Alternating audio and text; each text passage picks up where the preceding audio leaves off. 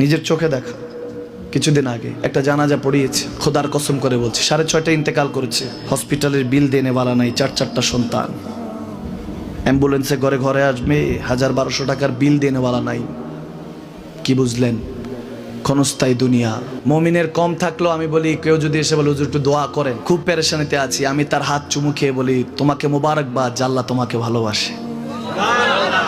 পেরেশানি তো মালিক দেয়, এই জন্য এটা রহমত মুমিনের জন্য। পেরেশানি দেয় যখন ফেরেশতারা বলে আল্লাহ চাইতেছে চাইতেছে, টাকা পয়সা চাইতেছে, বলে এটা কি? বলে ফাসেক, দে বিদায় কর, বিদায় কর।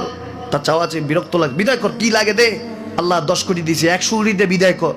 মুমিন যখন চাইতে থাকে আল্লাহ আমাকে কিছু লাগবে, যখন একটু করে চায় আমার মাটাকে সুস্থ করে দাও, বাবাটাকে আল্লাহ আমার স্ত্রীকে, আমার আমাকে একটু তৌফিক দাও, চাইতে থাকে মুমিন। আল্লাহ বলে যখন ফেরেশতারা দেখে মুমিন চাচ্ছে, দেরি করতে পারে না, তাড়াতাড়ি খাজানা নিয়ে দিতে নেবে, আল্লাহ বলে রাখোস না, এত তাড়াহুড়া